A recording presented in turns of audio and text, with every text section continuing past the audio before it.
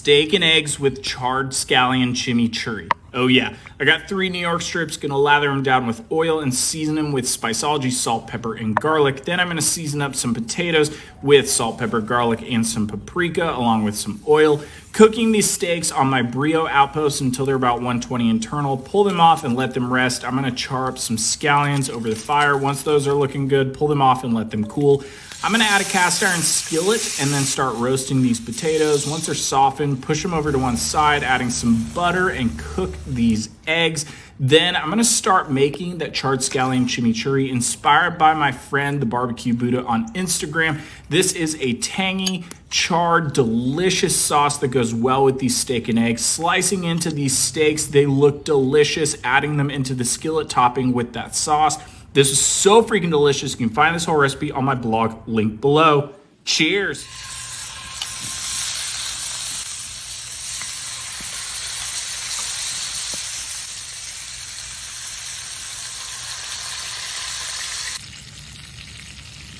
For all my cheese fans out there, this is the one for you. Skewered spicy sausage with cheese and salsa on top. Skewered the sausage, cooked over the coals for about 15 minutes, added that jack cheese to melt, and topped with that salsa. Find the recipe below. Cheers.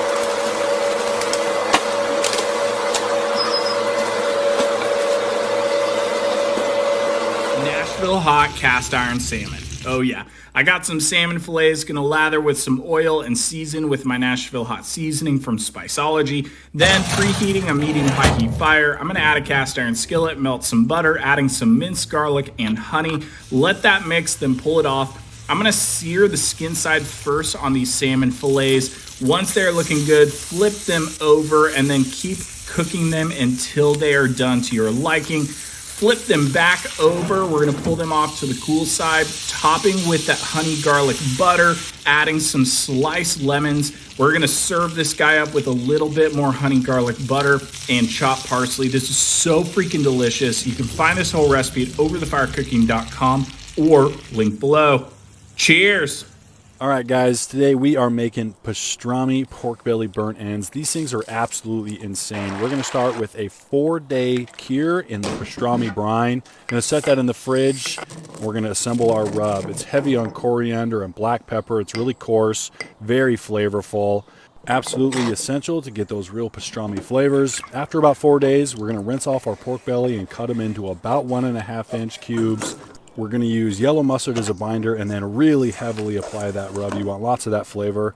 We're going to be smoking at about 250 degrees today over charcoal. After about 4 hours, I'm going to use a nice dark beer as a spritz. Now, once they have a great color on them, it's time to wrap them in foil for about an hour with a little extra beer. After about an hour, we're going to uncover them. We're going to add some coarse grain mustard, some Dijon mustard, mix it up back in the smoker for about 30 minutes uncovered. These things were absolutely amazing.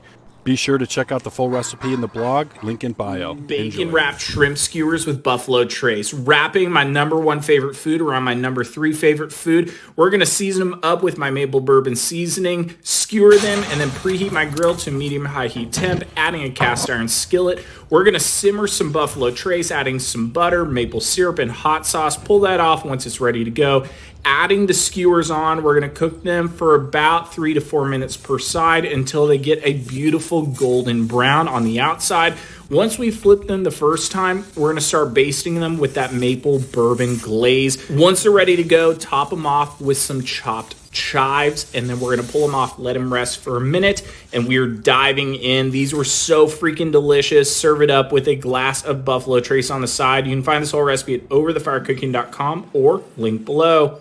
Cheers! Today we have some bacon stuffed lobster tails. I'm going to start by butterflying these cold water lobster tails, and then I'm going to gently score them, mixing together my chipotle garlic seasoning from Spiceology with some oil. I'm going to lather that over the top. You're welcome to use your favorite seafood seasoning as well, and then placing them into a cast iron skillet. I'm going to set those to the side and start making my stuffing with some bacon, mayo, panko, melted butter, garlic, Parmesan, scallions, hot sauce, egg yolk, and lemon juice. Heating up my pizza oven to about 400. I'm going to place them in and cook them for only 3 to 4 minutes. Pulling them out, I'm going to top them with that stuffing and then place them back in there to crisp up for just a couple more minutes. Rotating them, pulling them out, garnishing with some chopped parsley and lemon wedges. These were so freaking delicious. You can find this whole recipe on my blog link below. If you're looking for a show-stopping recipe, the shotgun prime rib is it. I got a whole prime rib seasoned with my mesquite peppercorn lager seasoning.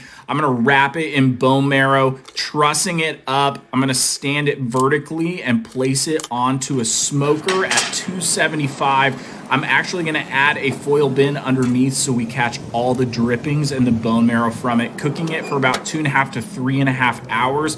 Once it hits 120 internal, I'm gonna pull it off and let it rest for about 30 minutes.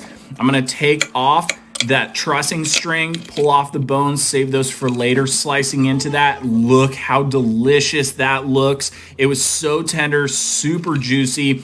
Take some of the dripping from the bone marrow and prime rib. You can make a delicious au jus. This is so freaking delicious. You can find this whole recipe at overthefirecooking.com or link below. Cheers.